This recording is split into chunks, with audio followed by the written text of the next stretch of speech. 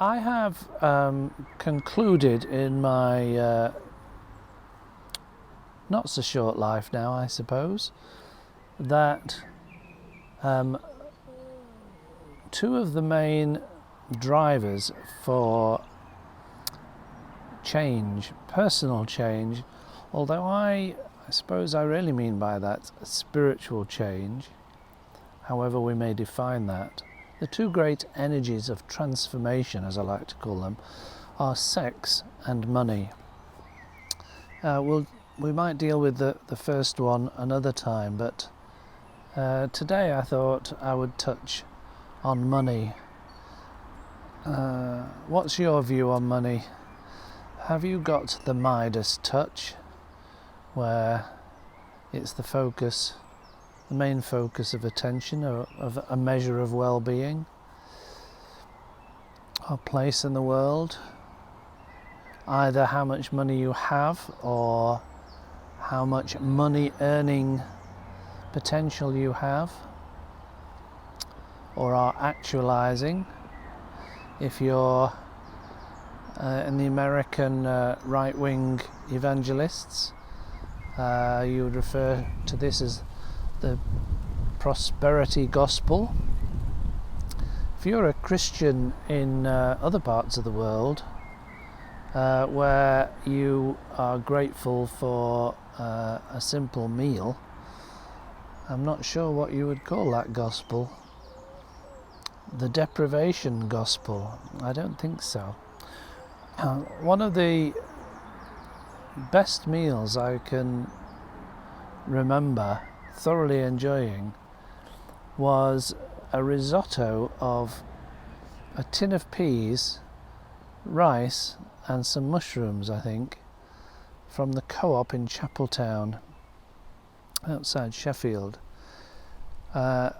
which cost 72 pence.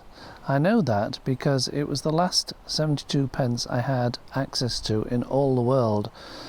My cash card wouldn't work because I was at my overdraft limit, and I'd coppered up, as we say, whatever I could find in pockets and corners of armchairs. 72 pence. And that I felt like I was eating like a lord. Gosh, it sticks out in my memory even to this day. So,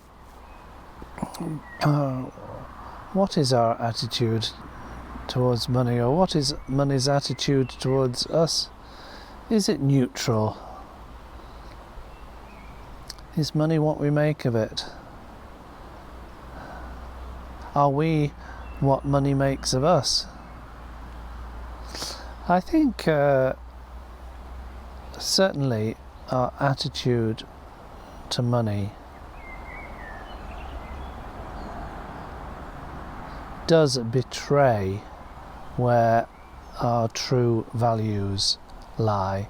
There is that there's that verse in the Bible, I think it's Jesus himself that says, "For where your treasure is, there your heart lies also."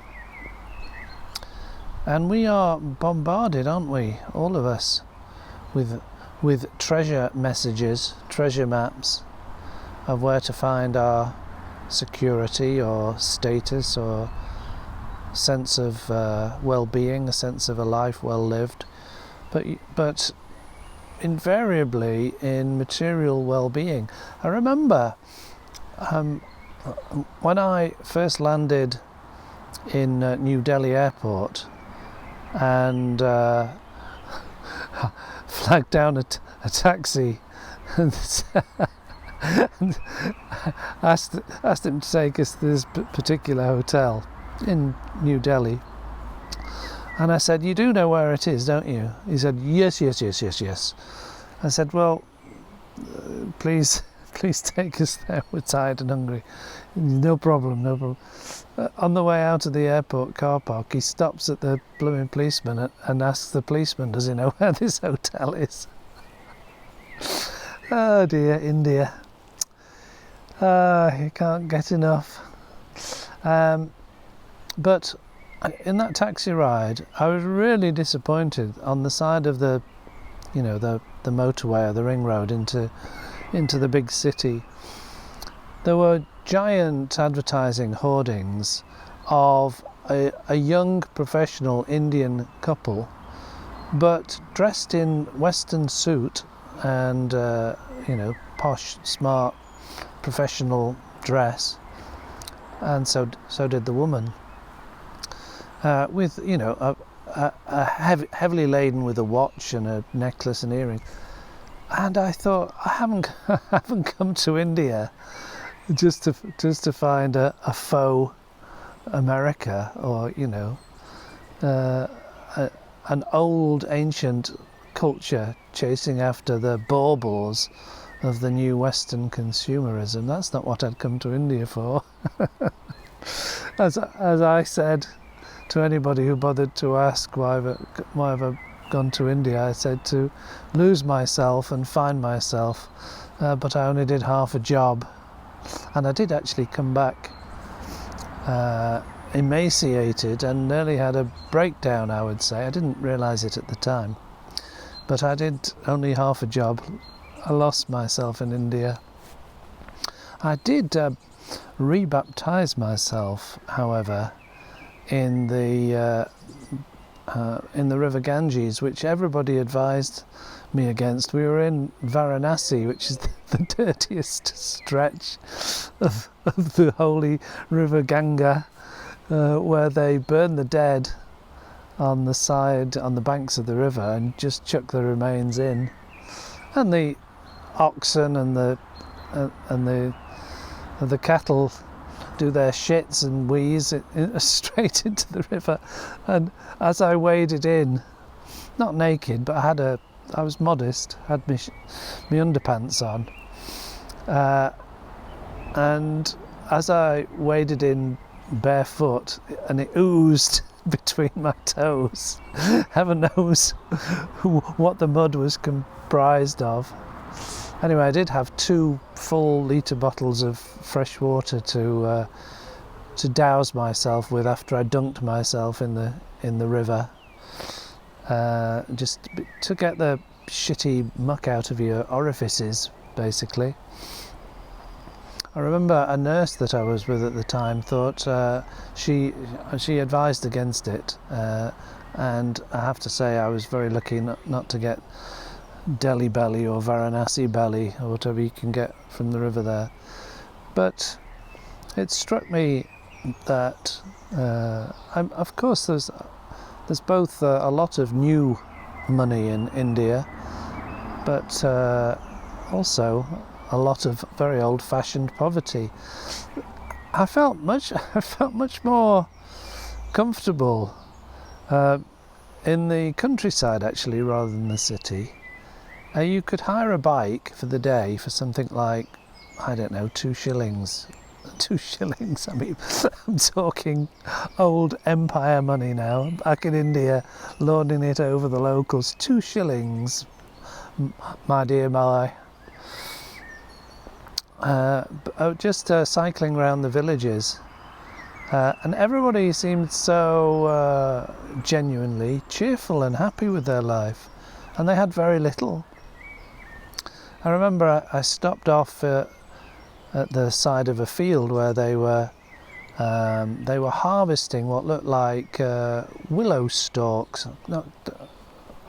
Don't quite know what it was, but they were up to their knees in mud in this field, wielding a machete, and I thought I could try my hand at that. So I propped my bike up against a tree and took my trainers off and waded in besides them, asked them to show me how to harvest, how to cut this willow, whatever it was, this crop.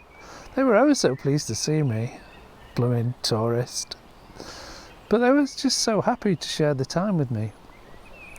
And then cycling through a local village, I was attracted by the noise of a squawking parakeet or a parrot or something.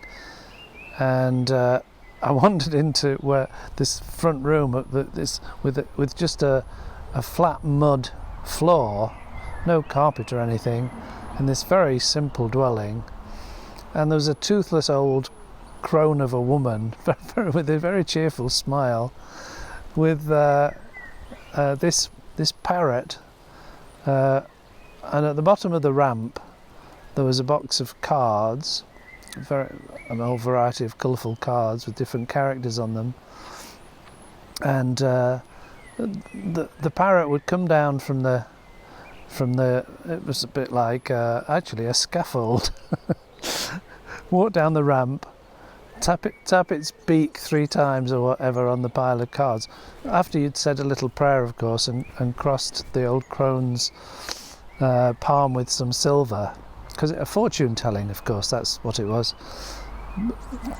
The parrot taps the cards and then picks one out with his beak, waddles up to you and presents this good fortune card or bad fortune card. Anyway, I got a full house, I'll have you know. I had king, queen, jack, all the aces on this one card. Maybe they were all the same. I didn't bother to look at the other cards in the pack. They might have all been the same. Anyway, full house, and I was told I would be. I took it to be. Of course, I didn't understand what she was saying, but I thought, you know, I'd be well off in all departments after that. Well, they were so happy, and in our Western consumer society, we've got all the trappings, but not so much happy. You know, this lockdown situation, I think this is going to teach a lot of us some good lessons in how to be happy, living more simply, less distractions perhaps, less cars on the road, less peer group pressure to conform to other people's ideas of what makes us happy, what makes us content. And I read in the Sunday paper, the Mariella's problem page, one reader writing in saying she didn't want to go back to the old ways. What should she do about it? And Mariella Frostrup says 3 cheers. Create a new pattern of life, new balance of life that suits you, with less emphasis on buying stuff. You know, the idea has always been in our consumer society that buying stuff makes you happy. It's certainly a distraction. We can all vouch for that, but it's not very long lasting, is it? No, an old biblical saying comes to mind: set your heart on things above, not on things below, where rust and moth and thieves steal your goodies. Oh dear. Gosh, we're very detached from the important things in life. Hopefully that's one of the good outcomes of this pandemic, that it's brought us back to what really matters in our life. And I think it certainly doesn't include money as our compass for living the good life. Anyway, we'll leave it at that, shall we? Oh, I've got to talk about sex next time, haven't I? We'll look forward to that. See you later.